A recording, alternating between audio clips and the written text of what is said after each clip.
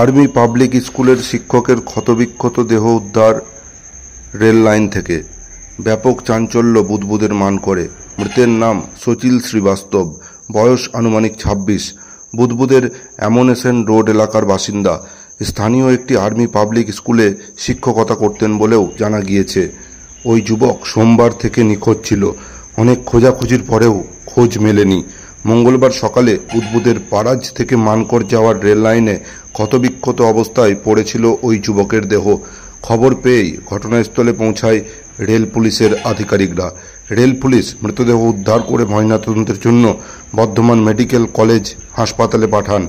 তবে আত্মহত্যা নাকি এর পিছনে রয়েছে অন্য কোনো কারণ, পুরো ঘটনা খতিয়ে দেখেই তদন্তে নেমেছে রেল পুলিশ।